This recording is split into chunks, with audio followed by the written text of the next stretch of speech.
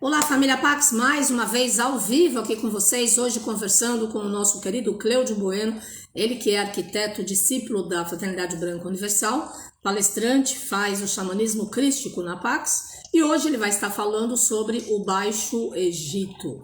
O Egito, terra de todos os faraós, berço de todas as civilizações, um local realmente fascinante, com muita riqueza, com muita cultura, com muita energia, com muita força de luz. Então, vamos aguardar aí o nosso querido Cleudio Bueno entrar para que a gente possa estar iniciando a nossa live.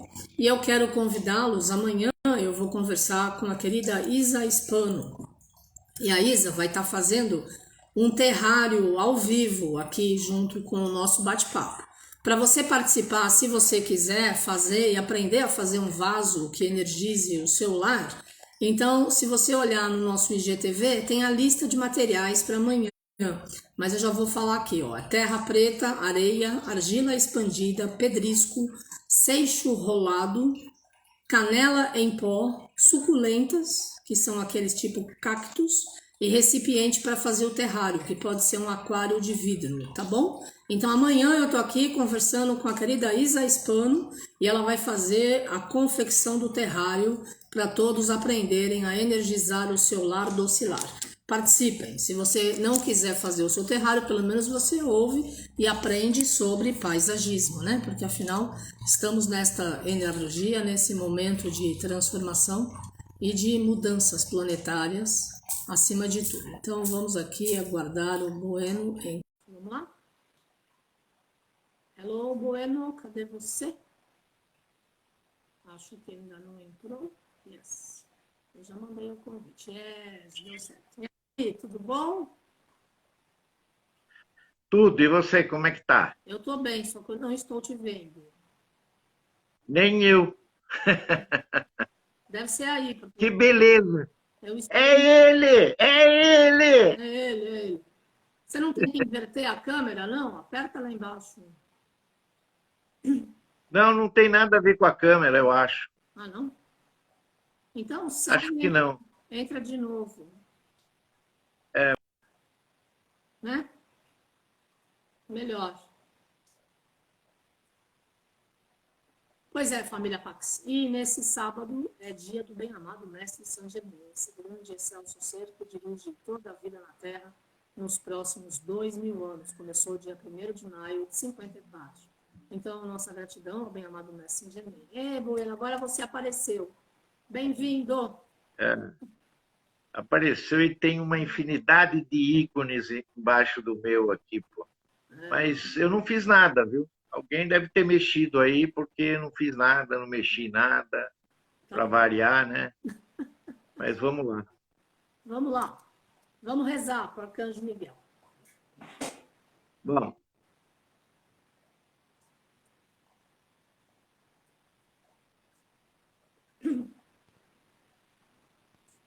Congelou ou caiu? Oh, God. Então, vamos aguardar o Moreno entrar novamente, para que a gente possa estar conversando. Então, família Pax, sábado, bem-amado Mestre Saint Germain. Vamos prestar nossas homenagens. Nas nossas mídias tem várias orações, textos, explicações sobre quem é este excelso ser, para que nós possamos sempre agradecer a ele e manifestar na nossa vida toda a energia de força, luz, bem-aventurança, saúde, plenitude, amor incondicional. Então, vamos aí aguardar o Bueno. Dessa vez vai dar certo. bom, Yes. voltou? Voltou, bem-vindo. Então, bem-vindo. Vamos lá começar logo, porque senão ele vai atrapalhar de novo. Vamos rezar para o Arcanjo Miguel, então. Arcanjo Miguel, que trabalhas para o resplendor da vontade divina e da verdade. Que a vossa proteção permaneça conosco sempre, por toda a nossa existência e na eternidade do nosso espírito. Nós o recebemos como um privilégio, sempre respeitando os vossos desígnios, e permite-nos caminhar sempre com dignidade e respeito aos nossos irmãos. Afastai de nós as ideias perversas e más ao nosso redor e as influências sombrias. Fazei de nós um servidor da luz que saiba discernir e compreender e nunca julgar. Ajude-nos em nossos dias ruins materiais, espirituais, conscientes ou inconscientes, e nos proteja contra todos os males e os expulse da nossa caminhada. Pois a verdade, a coragem, a força e o poder é o vosso signo e o nosso também. Permiti que a nossa inspiração, intuição, doação seja como a vossa espada, para nos dar a proteção e a permissão da palavra do bem, da paz, do amor e da luz. Afastai de nós as pessoas que querem nos induzir aos erros e às falhas, e que o nosso coração esteja ligado ao vosso coração e à vossa energia. Que a nossa verdade seja a vossa verdade, e que o vosso escudo seja o anteparo das más qualificações dos nossos egos e das nossas ações. Fazei de nós o mensageiro fiel da suprema verdade da nossa alma. Arcanjo Miguel, protetor da humanidade, dos reinos, da nossa Mãe Terra e de todos nós. Que essa oração se cumpra, se manifeste aqui e agora e por toda a eternidade. Amém. Amém. Bom, Carmen, nós vamos falar um pouquinho hoje a respeito do Baixo Egito, né? Tá. Porque o Egito é dividido, então, em duas partes, como eu disse, né? A parte do Alto Egito e a parte do Baixo Egito. E nós também temos o Médio. Mas a gente falou um pouquinho a respeito do Alto Egito, um pouquinho do Médio, e hoje a gente vai falar sobre o Baixo Egito, que, na verdade, sempre fica na parte mais alta. Ele está no norte do país, do Egito, onde fica justamente a foz do Rio Nilo, né? Lá nós temos, assim, grandes coisas para se falar, tanto quanto lá no Alto Egito, né? Lá no Baixo Egito nós teríamos, por exemplo, Alexandria. Alexandria que teve uma das 7 maravilhas do mundo, que era o seu farol, justamente para quem chegava na foz, para poder guiá-los melhor. E, ultimamente, nós temos também a nova biblioteca de Alexandria, porque existia a velha que foi queimada, né? E aonde todos os pergaminhos e todas as riquezas e sabedorias da humanidade estavam lá. E acabou se perdendo, na verdade. Tudo isso acabou se perdendo. Outra coisa que nós temos também lá, em Alexandria, são as antigas construções romanas. Lá dá para a gente ver o Império Romano quando ele esteve no Egito com maior glamour, através das suas colunas, através das suas construções, a parte subterrânea de algumas residências, aonde se faziam as covas nas paredes, aonde eram guardados pergaminhos, que na verdade eram os livros da época, né? Que eles não tinham página, eles eram enrolados e colocados em determinadas aberturas que existiam nas paredes, né? E ali, então, dá para se ter uma noção do que foi o Império Romano dentro do Egito. Bom, nós temos também Mênfis. O Egito tinha 2 capitais, a do Baixo Egito, que era Mênfis, e do Alto Egito, que era Tebas. Tebas é onde, mais ou menos, hoje a gente fala que é Luxor. E Mênfis é mais ou menos hoje onde a gente fala que é o Cairo.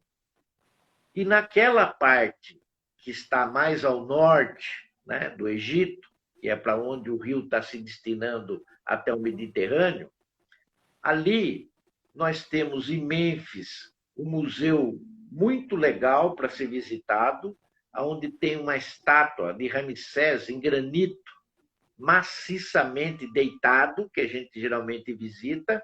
Nós temos ali Saqqara, que a gente já falou um pouquinho a respeito dessa pirâmide em degraus que existe no Egito, né? E tem também Dashur, e também tem um museu. Mas eu quero falar hoje, em respeito ao Baixo Egito, de uma coisa que, na verdade, é uma das coisas mais grandiosas que a gente tem no planeta, se não a maior delas todas, né? Que são as pirâmides. E eu vou tentar me concentrar nas pirâmides. E ali, nas pirâmides, nós temos 3 pirâmides praticamente ali, que é as pirâmides de Quéops, a pirâmide de Quefren, o Quefren, e a pirâmide de Miquerinos. O que elas significam, na verdade? Se lá no Alto Egito a gente tem o maior templo de todo o Egito, que é Karnak, no Baixo Egito nós temos o cartão postal do Egito. E eu diria que quase o cartão postal da humanidade. Por que não dizer assim? Porque as pirâmides, na verdade, elas representam um sonho de todos aqueles que já estudaram, ouviram as suas fotografias em seus estudos, ou em algum momento se projetaram ao lado daquele monumento que inspira para todos nós o que é verdadeiramente o Egito.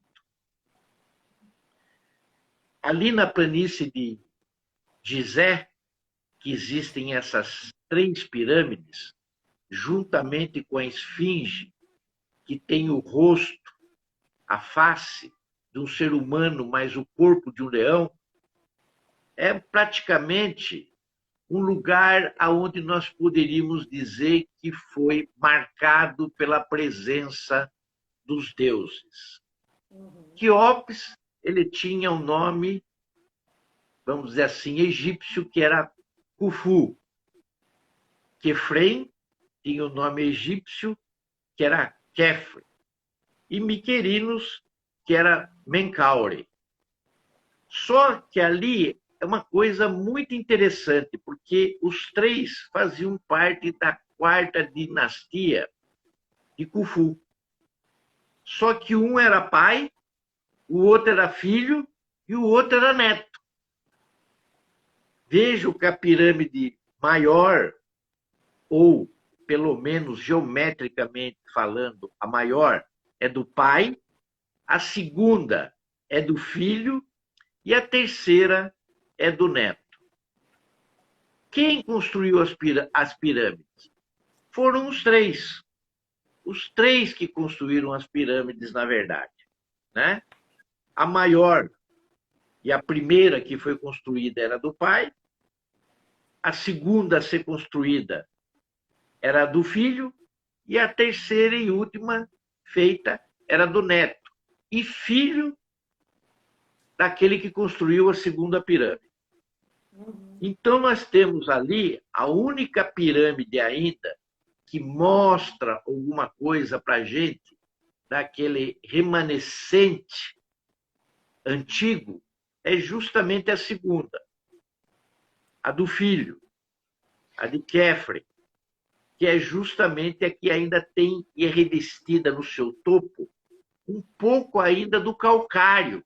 Dá para se ver nitidamente que ela é revestida, mais ou menos o seu pico, com aquele calcário que todas as outras também foram revestidas. Aquele calcário branco, né? Mas com o tempo pode ser, que se não se tomar muito cuidado, ela pode se desfazer como se desfez na de Quéops e como se desfez naquela de Miquerinos. Por que as pirâmides foram construídas? É uma pergunta que muitos se fazem, mas poucas respostas ainda foram, vamos dizer assim, respondidas. Mas para o efeito egípcio, elas foram construídas porque elas representavam, na verdade, os raios de sol. Elas representavam os raios de sol. E elas foram colocadas ali justamente para que, quando o faraó se levantasse na outra sua vida, ele pudesse ser unido a esses raios de sol que eram representados pelo deus Ra, pelo deus Ra. E acreditava-se, então, e eu já disse isso numa outra oportunidade, se não me falha a memória, na semana passada, que o faraó era considerado uma divindade aqui na Terra.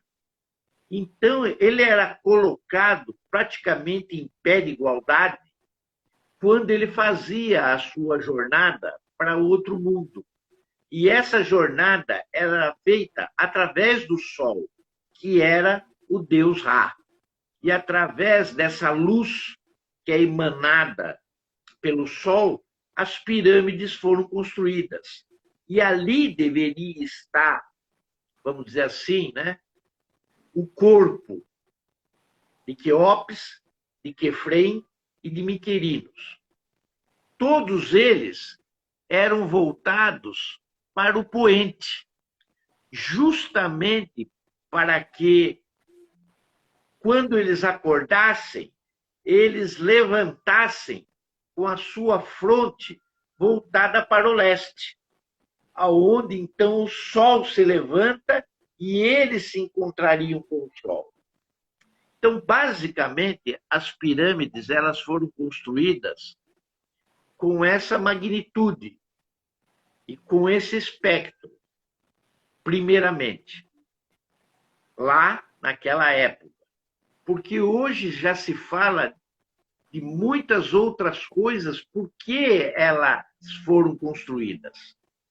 Mas nenhuma delas ainda foi sacramentada por estudos científicos, tecnológicos e mostrado através de comprovações essas hipóteses. Então, a melhor que a gente tem é a do tempo antigo, o porquê das construções e por que elas foram construídas.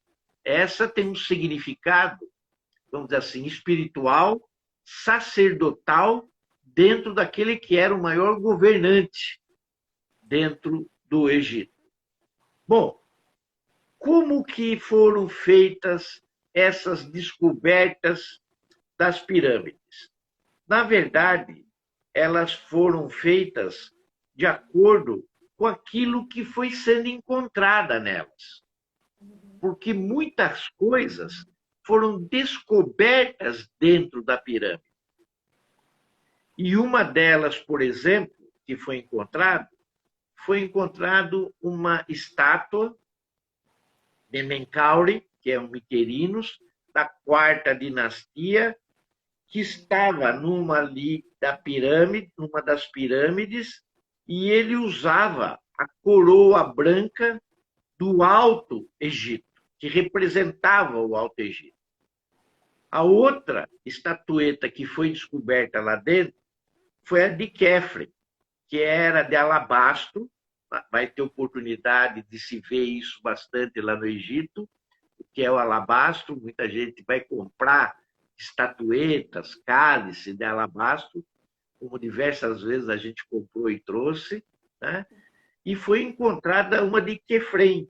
Essa estátua que foi encontrada de Quefrem, ele já estava no trono, sentado, com as mãos apoiadas no joelho, que dava e significava justamente a comunhão entre o Alto e o Baixo Egito, aqui na Terra.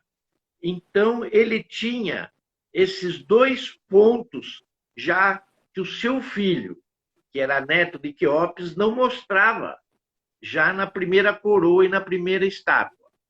E também foi descoberta uma única estátua pequenininha, de uns 7,5 centímetros, do Quéops, né? Que também datava da quarta dinastia. E foi encontrado também, lá dentro das pirâmides, 30 cabeças da esfinge, da forma como eu disse, né? O rosto, a face de um homem, né, mas o corpo de leão. E também foi encontrado um barco solar, aquele barco que foi inteirinho refeito, porque ele estava completamente destroçado, completamente moído, né, que era o barco solar da travessia, né, para o Sol, para Ra, que todos eles têm nas suas câmaras, né, sepulcral, e o de Quéops talvez seja o maior deles todos, né, e que foi totalmente reconstruído e agora está dentro do museuzinho, que também está ali na planície de Gizé. Então, através de todos esses pertences que foram achados ali na planície, é que, na verdade, foram sendo demonstrados aquilo e a sua existência, para que serviam as pirâmides. Bom, todos nós sabemos que as pirâmides ainda é a única construção que a gente tem das 7 maravilhas antigas. É a única que sobrou. E que também faz parte de uma das 7 maravilhas modernas. Então, ela faz da antiga e faz da moderna. Então, urge que a gente conheça as pirâmides, né? Que todos vejam as pirâmides quando tiverem oportunidade, para que se sintam diante daquilo que a 4ª dinastia de Khufu fez e que é mantida até hoje. Como que elas foram construídas, as pirâmides? Bom, aí a imaginação da gente cresce em tal magnitude que a gente não tem como conceber, mesmo usando toda a tecnologia, e isso vale para todos os templos que nós temos no Egito também, que nós temos que ver que nós estamos falando de aproximadamente 4.000, 5.000 anos atrás, e que não tinha as condições que nós temos hoje. Então, como isso foi construído, os templos, as pirâmides, ficam por conta da imaginação, da tecnologia, do cientista e até das nossas. E através dos nossos sonhos a gente fica imaginando como isso, na verdade, acabou sendo construído, né? Existem milhões de suposições, mas se a gente pegar, por exemplo, a pirâmide de Quéops, existe um cálculo totalmente vago, mas aproximadamente, que a pirâmide ela levou 20 anos para ser concluída. Do seu início até o fim, levou 20 anos para ela ser feita daquela forma que ela foi feita. Ela tem no seu total 2.300.000 blocos. Nossa. De pedra e granitos ali. A base, mais ou menos, de cada uma pesa, chega a média, peso médio de cada uma delas, pesa 2 toneladas. Mas tem pedras que pesam 70 toneladas. Uau. 70 toneladas. Né? E ali, mais ou menos, foi coberta ela, né, com aquele espelho de granito branco, quase 27.000 peças desses blocos totalmente polidos que ficaram em torno dela. Eu não ia falar, mas eu acho que eu vou falar, né? Porque uma coisa é a gente retratar um pouquinho daquilo que a história nos conta. Sim. Outra coisa é você estar lá e você subir ela, né? Como aconteceu comigo, numa determinada data que para mim era importante, da qual você foi convidada, mas resolveu ficar descansando, e eu subi. Eu subi numa epopeia extraordinária, que não vale a pena contar toda a história agora aqui. O Bueno subiu a pirâmide. É proibido, não pode. Ele subiu até lá em cima, até o ápice da pirâmide. Pois é, e esse era o meu sonho, de estar lá no ápice, no pico da maior pirâmide do planeta, que é a pirâmide de Quéops, e olhar para os 4 cantos do nosso planeta e constatar a história da humanidade, que talvez tenha mais de 10.000 anos, e que aquela civilização da qual nós estamos falando é remanescente de aproximadamente 4.000 anos para cá. Já que as pirâmides datam da sua história e da sua construção de 2.700 anos antes de Cristo. Quer dizer, nós já temos mais ou menos 2020, nós estamos próximo da data de 5.000 anos dessa civilização, quiçá que começou antes de se fazerem as pirâmides. E esse orgulho de subir aquelas pedras imensas e chegar até o topo, na verdade, não foi um sacrifício. Muito pelo contrário, foi uma vitória de um sonho de uma criança que estava lá em cima e que contemplou tudo e registrou. E registrou isso, né? Porque, afinal de contas, ninguém sobe até a pirâmide só para dizer que subiu, que olhou. Na verdade, acabamos fazendo um ritual também lá no topo da pirâmide, que eu acabei levando todo o meu material, e lá, evidentemente, quando nós estávamos descendo, e não poderia ser diferente, né? Porque o parque e o meu sonho era estar no alto da pirâmide assim que o sol nascesse, né?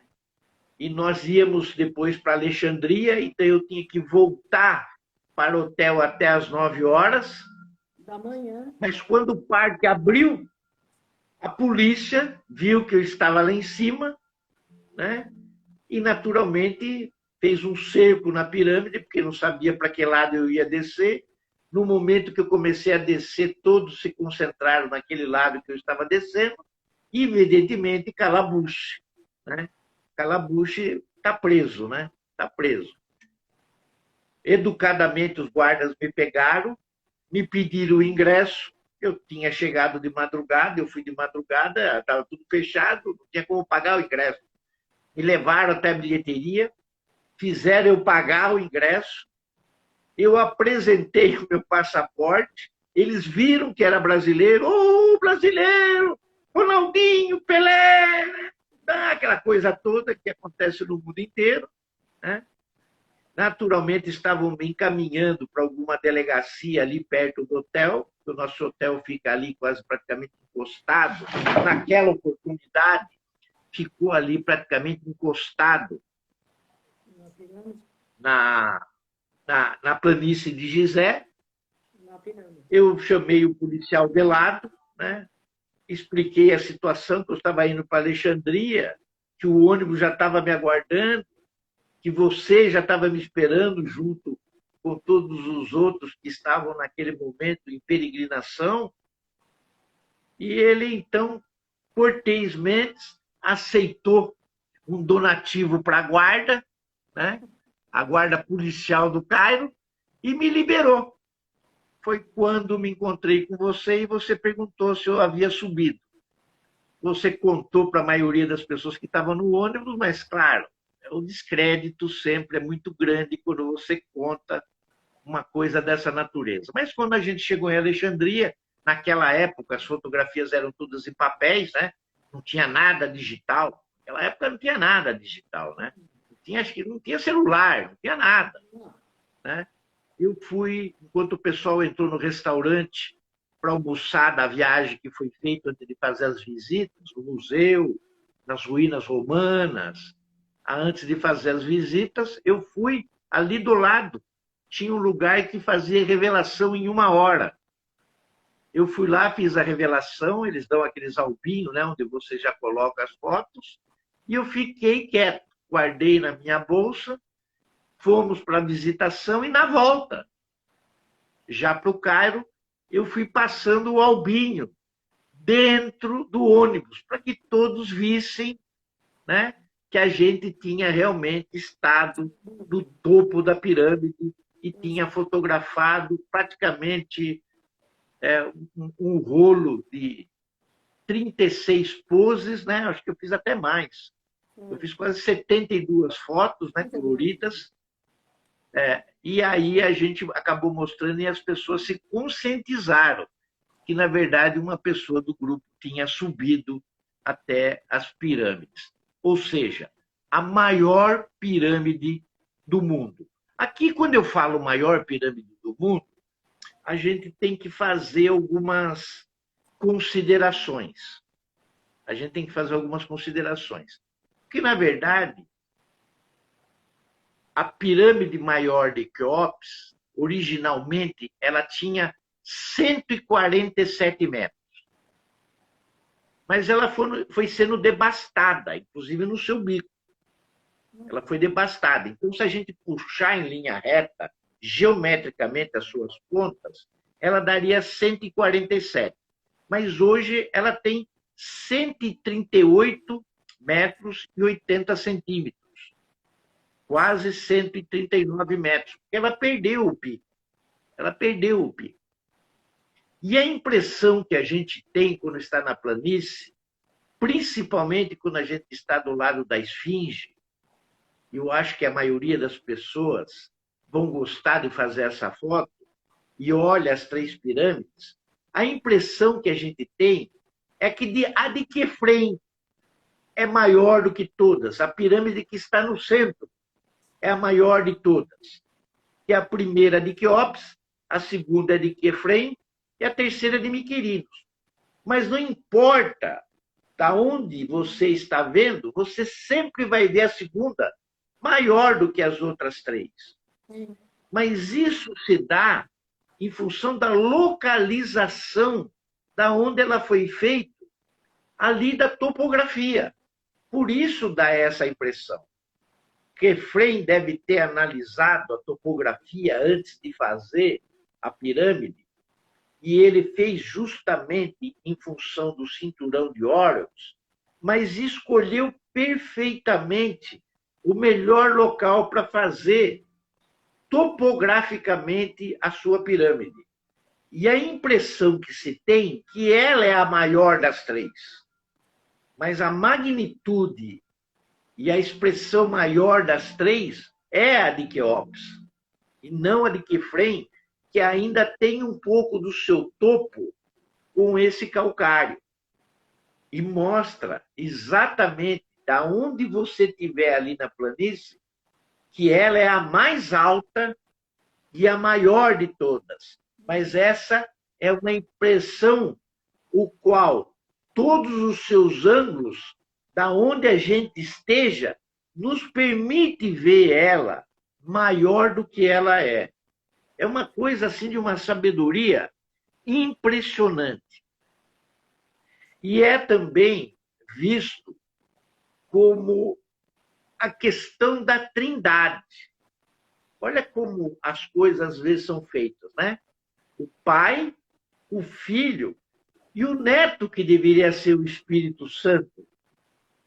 E a magnitude do Filho, que tem uma reverência maior dentro da trindade egípcia, não que Osíris não tivesse, não que Ísis não tenha, mas a questão do Horus, que é, na verdade, a representação, vamos dizer assim, do Sol, ela fica tão patente nos 3 monumentos em cima da planície, que a gente olha aquilo e vê a magnitude da presença do Filho no planeta Terra.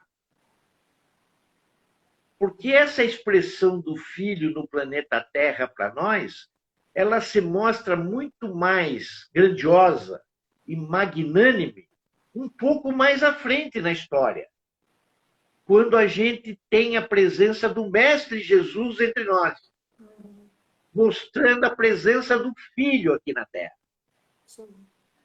Então, essa comparação, na verdade, ela já vem desde lá de trás, ou seja, há milhares de anos atrás, ou seja, no mínimo 2.700 anos atrás, essa magnitude do Filho. E da expressão do raio dourado aqui no planeta Terra, aonde tem a sua expressão máxima, né?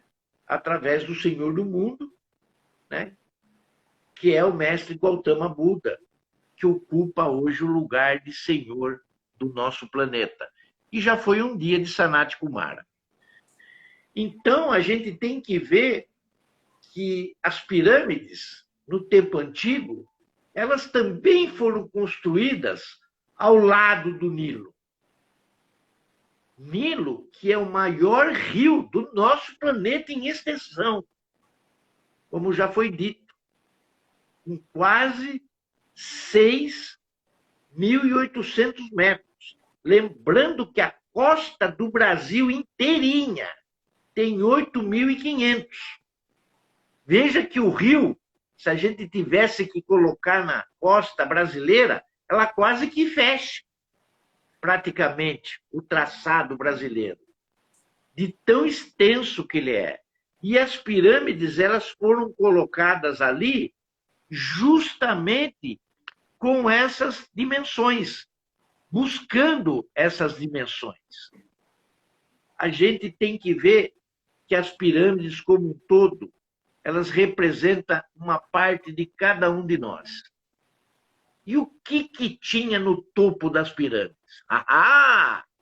O que tinha no topo das pirâmides antigamente?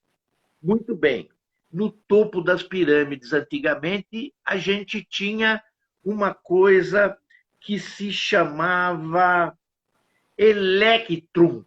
O que é o electrum?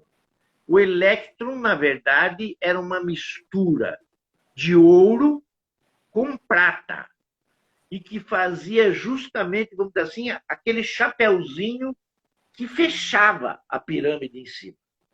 Ali tinha aproximadamente 20% de ouro puro e o restante dos outros 80% eram pratas. E o revestimento de externo era feito em camadas de ouro. Então, eu imagino aquilo quando o sol batia na pirâmide, aquilo me lembra muito, desculpe eu falar agora aqui, mas me lembra muito o chapéu de luz que tem no hotel que se chama Luxor, que Sim. tem em Las Vegas, que a gente vê de todo lugar aonde você estiver naquela região. E é o único ponto de luz visto a olho nu da Lua, segundo os astronautas. Verdade. Então, eu fico imaginando as pirâmides com esse chapéu de ouro quando a luz do sol batia neles. Deve ser uma coisa assim, de outro mundo, porque deve ser uma coisa assim fascinante. Outra coisa que nós devemos falar a respeito da pirâmide é ela internamente. E ela, na sua primeira camada, vamos dizer assim, de acesso, nós temos ali aquilo que nós chamamos de Câmara da Rainha, que ela não foi muito conclusiva na época que estava sendo feita. Ela não foi terminada. Mas através de estreitos canais, através de degraus, de correntes, e até de corredores estreitos, que nós temos que abaixar para podermos subir, a gente consegue ter acesso à Câmara do Rei. A gente consegue ter acesso à Câmara do Rei. E lá na Câmara do Rei tem um sarcófago, da qual também nós nos deitamos e um dia passamos uma noite. Da mesma maneira, com aquele jeitinho brasileiro, conversando ali com o dono da porteira, né? Porque em todo lugar que você entra no Egito, tem um camarada que é o chefe da porteira, que deixa você entrar ou não deixa. E vai depender muito da sua maneira de relacionar. Às vezes você entra, às vezes você não entra. Mas ali dentro da Câmara do Rei, várias vezes, com os nossos grupos, nós fizemos cerimônias lá dentro. Sim, com certeza. Só o nosso grupo. Só para explicar, o Bueno está falando, a Câmara do Rei é dentro da pirâmide. Entrar dentro da pirâmide. São poucos grupos que entram e tem autorização, tem que marcar antes para poder fazer as celebrações, tem que pagar uma taxa grande para estar lá fazendo a celebração. Então, e sempre o nosso grupo achou um pouco de exclusividade, porque quando você entra, às vezes, na Câmara do Rei, existem várias pessoas lá dentro, né? Aproximadamente de 20 a 25 pessoas, às vezes até 30 pessoas lá dentro. E ao pouquinho, você ir conversando com o guarda da porta, né? Que na verdade não é uma porta, é um portal que tem para você adentrar a Câmara, né? Você conversando com ele, ele vai limpando, vai segurando as pessoas também que querem entrar, e a gente fica ali, às vezes, fazendo uma cerimônia, fazendo, então, assim, orações, que a gente está acostumado a fazer, com uma grande invocação, a Ave Maria, o Pai Nosso, ou alguém que leva alguma coisa para recitar lá dentro, ou para ler, né? Pode ser algum estudo, alguma coisa assim, ou até mesmo leva algum significado a mais ali, para pegar aquela energia que tem dentro daquele local e levar, né? Então, ali, dentro da pirâmide, outras coisas estão sendo descortinadas, que a pirâmide é imensa, outros locais estão sendo descobertos dentro da pirâmide, mas lá na Câmara do Rei a gente vê, inclusive, os dutos de ventilação, para onde entrava o ar para a Câmara, para que ela fosse abastecida de oxigênio.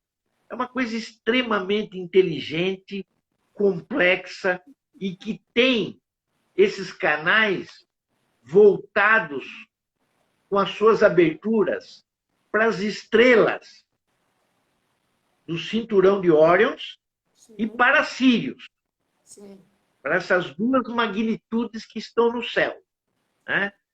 Outra coisa que a gente poderia dizer a respeito das pirâmides, Carmen, na verdade, é como e quantos anos as pirâmides têm. Eu fiz um exercício aqui, mais ou menos, daquilo que a história nos conta, de livros que a gente lê, que a gente às vezes adquire lá, porque tem muitos livros hoje em português também no Egito.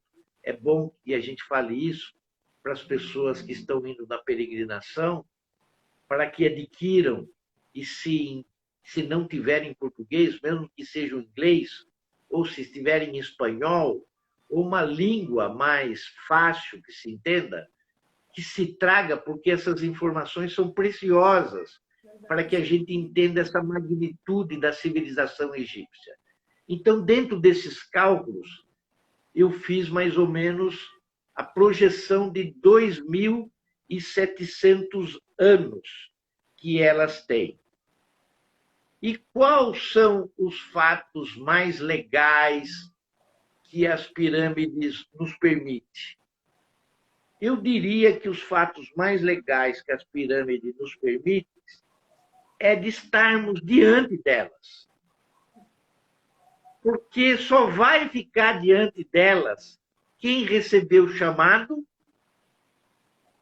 e esse chamado tem uma motivação que é o princípio divino para que você esteja lá. Sim. Então, a melhor e a coisa mais legal que pode acontecer dentro, na minha opinião, na vida de um ser humano que ainda está aqui é um dia estar de frente ou entrar dentro da grande pirâmide de Quéops. Isso sem falar na esfinge. Isso sem falar na esfinge, que a esfinge ainda, segundo alguns arqueólogos e alguns historiadores, é mais antiga ainda do que as pirâmides. Mas isso é um mistério que ainda não nos foi revelado. Segundo Edgar Cayce, através de uma das suas previsões, na pata do lado direito da esfinge, ou na pata do lado esquerdo de quem olha de frente para a esfinge, tem uma câmara secreta, uma biblioteca que conta tudo a respeito da civilização até aquele momento nas nossas vidas. Então, Carmen, eu vejo uma coisa mais legal que possa existir, né? E nós que já estivemos praticamente em vários monumentos, em vários lugares sagrados que o planeta nos permitiu visitar, estivemos colocando as mãos várias vezes em Stonehenge, por exemplo, né? Quando a gente está na frente das pirâmides do Egito, é uma coisa assombrosa, é uma coisa assim que remonta, eu acho que até as nossas outras vidas, porque não é possível que em algum momento, embora muitas pessoas ainda estejam passando as suas primeiras encarnações aqui no planeta Terra, porque a gente veio de muitos outros lugares que existem no universo, o nosso desenvolvimento e a nossa evolução espiritual, ela se passou em muitos outros locais, e hoje a Terra nos recebe, e quiçá um dia tivermos tido uma outra vida aqui também. Quando a gente está ali de frente, a gente olha aquilo tudo e a gente diz: isso não é daqui. Isso não foi feito por seres daqui. E por mais que a gente seja arquiteto, por mais que a gente tenha conexões com construção, o conhecimento de estrutura, hoje, para se fazer aquilo, eu não diria que seria impossível, mas seria, sim, uma coisa astronômica de se fazer, né? Que não teria o mesmo sentido espiritual que teve na época, só para nós provarmos para nós mesmos, seres humanos, que nós temos tecnologia suficiente para fazer aquilo que há mais de 5.000 anos atrás foi feito. Só seria esse embate, vamos dizer assim, de épocas entre culturas totalmente diferentes a nível, vamos dizer, da espiritualidade humana e as suas construções através dos lugares sagrados que tem no planeta todo. Eu poderia falar aqui de Machu Picchu, a mesma coisa, né? Eu poderia falar de outras construções que existem no planeta que referendam a questão espiritual e nunca foi visto como uma coisa tecnológica, ou de construção, ou de arquitetura, embora as peças reflitam isso. Como chegar em Gizé? Bom, é você olhar para o horizonte e você ver a magnitude das pirâmides da onde você estiver. É certo e líquido que o Rafate levará todos nós para esse local. E nesse local, hoje, nos dias de hoje, a gente não pode mais esquecer a nossa máquina fotográfica ou o nosso celular, porque isso tem que estar conosco direto. A garrafinha de água, que a gente não pode esquecer. Uma roupa leve, porque no Egito mesmo lá na planície, em qualquer época que seja, mesmo no inverno, o sol lá é o sol, é Ra. Então ele queima. Então a gente precisa passar protetores solares nos nossos corpos também, né? Lá se paga uma entrada, e naturalmente o Rafat sempre cuida de tudo para que a gente tenha o acesso à planície. E lá também existem os fotógrafos, como sempre, Claro. que fazem aquelas fotos, né? Que a gente segura a pirâmide pelo bico, que a gente põe a palma da mão segurando as pirâmides em cima. A fotografia característica do grupo todo na frente das pirâmides, né? Fotografias que a gente pode tirar andando a cavalo, porque lá tem cavalos para alugar, andando a camelo, porque lá tem os camelos para a gente andar e tirar foto, ou de charrete, porque lá também tem as charretes, né? E tudo isso é feito ali nas pirâmides, aonde a gente passa geralmente uma manhã, aonde o sol ainda está um pouco mais brando, porque depois das 11, mais ou menos até as 2, castiga bravamente, né? E a gente desce depois de lá das pirâmides, a gente vai descendo e chega na Esfinge. Ali na frente da Esfinge é onde a gente tem uma aula também do Rafat, que ele fala sobre as 3 pirâmides, ali melhor ainda, ele fala da Esfinge, e a gente também adentra um pouco a Esfinge. A gente pode andar em volta da Esfinge. Eu cheguei a andar uma vez, quase que praticamente em cima do dorso da Esfinge. Mas nas épocas áureas, né? Hoje, se você tentar uma loucura dessa, talvez você fique preso umas boas semanas lá, se não ficar uma temporada, né? Em calabuche, né? Na prisão. Então, a gente precisa tomar todo cuidado.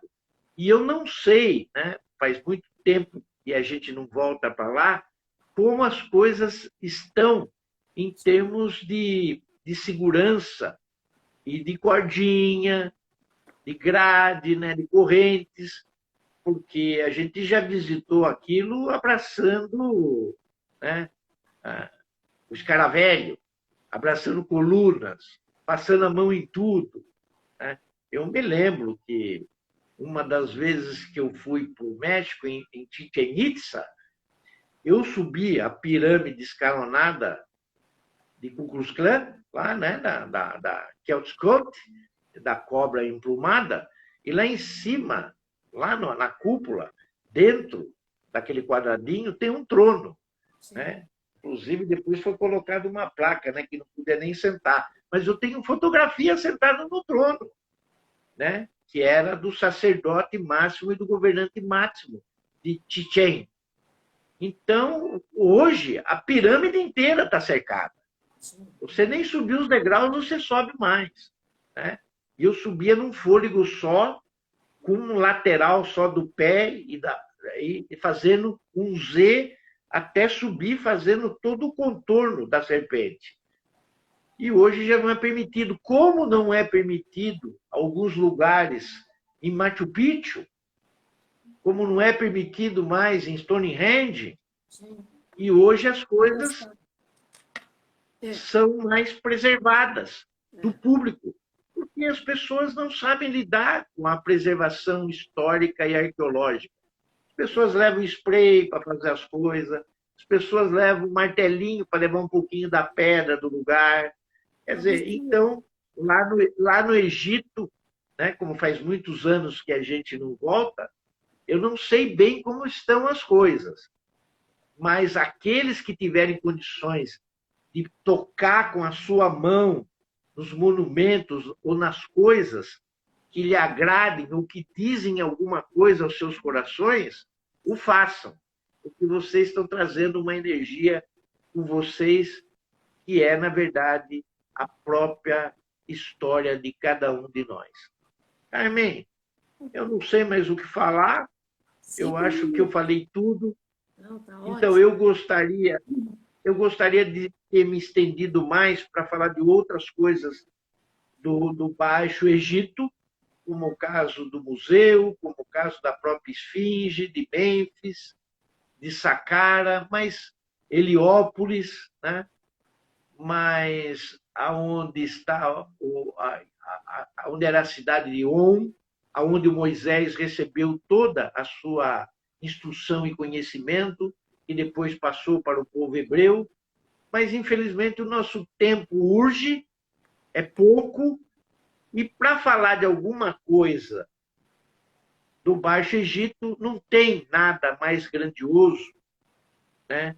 Eu não diria nem no Egito, mas eu diria no planeta, do que as pirâmides do Egito, que estão centralizadas exatamente na maior parte de terra do planeta, né? Ela corta a maior parte de terra do planeta, ela está centralizada e também é um foco de energia, né? É um chakra, né? Ela é um chakra e faz parte das linhas, das ley lines É. que nós temos na Terra. Fale. 3 minutinhos, sua mensagem final. Não, a minha mensagem final é para todos nós, os peregrinos, que estaremos no Egito, né? Nessa peregrinação, aqueles que irão, que se preparem espiritualmente para essa viagem, porque não é uma viagem de turismo. Aqueles que não irão fisicamente, irão conosco espiritualmente, e eu estarei com todos eles também, né?